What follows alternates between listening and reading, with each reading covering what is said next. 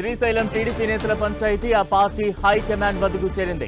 Srisailam MLA Budda Rajasekhar Reddy, Nandyala MP Byreddy Sabari మధ్య తలెత్తిన వివాదాన్ని టీడీపీ అధిష్టానం తీవ్రంగా పరిగణించింది. స్థానిక ఎమ్మెల్యే లేకుండా మాజీ మంత్రి ఏరాసు ప్రతాప్ రెడ్డితో ఎంపీ శబరి ఓ కార్యక్రమం నిర్వహించడంతో వివాదం చెలరేగింది. దీనిపై హైకమాండ్ వివరణ కోరడంతో తప్పు తమదంటూ ఎంపీ ఎమ్మెల్యే వర్గాలు పరస్పరం ఫిర్యాదు చేసుకున్నాయి.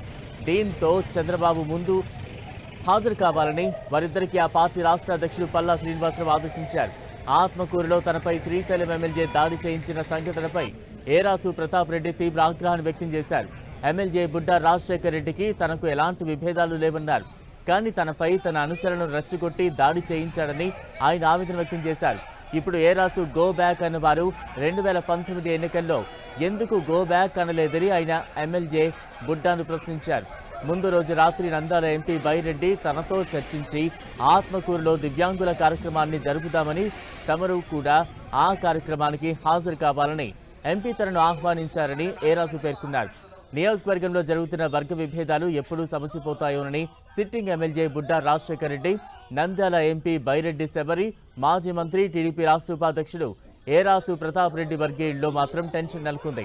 ముగ్గురులో ఎవరికి వారే యమునా తీరాన చందంగా ఘర్షణ వాతావరణం చెలరేగడంతో క్యాడర్ మాత్రం ఎవరి దగ్గరికి వెళితే ఏ సమస్య వస్తుందోననే టెన్షన్లో ఉన్నారు.